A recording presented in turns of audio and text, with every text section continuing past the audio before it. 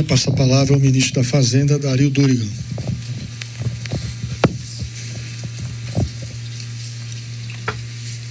Primeiro, boa tarde a todos vocês que estão aqui.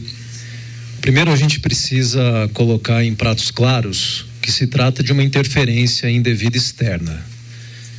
E é inadmissível, do ponto de vista do governo, essa interferência externa, seja ela política, seja ela econômica, seja ela uma forma qualquer de afugentar e constranger o Brasil, as famílias brasileiras, os empresários e os trabalhadores brasileiros. É inadmissível que isso aconteça nessa altura do campeonato. A política econômica de um país, ela é feita para os seus cidadãos, não para atender o secretário de Estado de um outro país, sinalizando com um programa de governo de transição para atender às suas prioridades estrangeiras. É para reduzir desigualdade, melhorar o bem-estar das famílias, combater privilégio e injustiça, que a gente adota uma política econômica num país. Portanto, eu preciso dizer, como ministro da Fazenda do Brasil, que essa medida, baseada em motivação falsa, ela fere o senso mais básico do nosso patriotismo. Em especial, quando a oposição brasileira usa isso de muleta eleitoral, sem considerar os interesses do nosso povo. O segundo ponto, ressaltando o que já foi dito, o governo considera as tarifas ilegítimas, pois fundadas em argumentos falsos.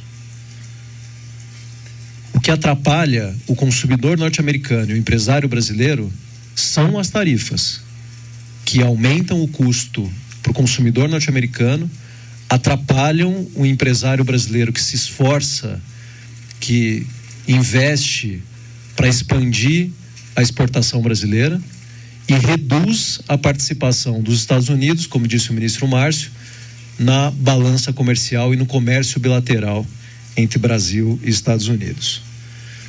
A prova de que a economia brasileira e a economia norte-americana, nesses mais de 200 anos de parceria, são complementares, é que a decisão do próprio escritório de comércio ampliou as exceções, dizendo que são insumos essenciais à economia norte-americana.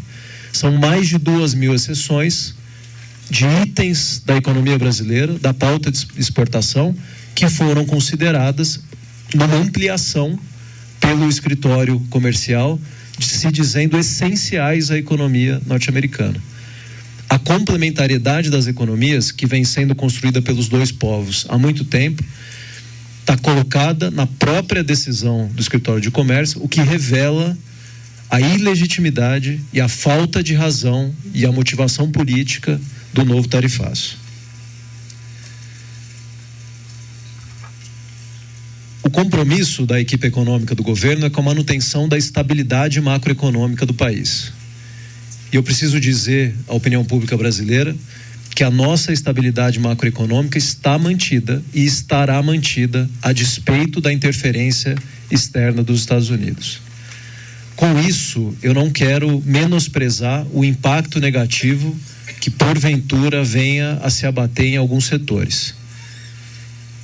Mas a gente vai seguir entregando recorde de emprego no país, de geração de emprego, mínima de inflação, recorde de balança comercial, de abertura de novos mercados, de investimento em infraestrutura, e não há país estrangeiro que interfira no destino do nosso povo. O governo federal esteve desde sempre ao lado das nossas empresas. E nós vamos seguir fazendo isso, como já foi dito pelo presidente Alckmin. Nós já temos prontos os mecanismos de proteção das nossas empresas e dos nossos empregos. Portanto, a gente, com coordenação do ministro Márcio Elias Rosa, os setores afetados serão mais uma vez chamados ao diálogo e nós ampliaremos e reforçaremos o plano Brasil Soberano, que dá apoio a quem foi injustamente afetado pelo tarifaço dos Estados Unidos.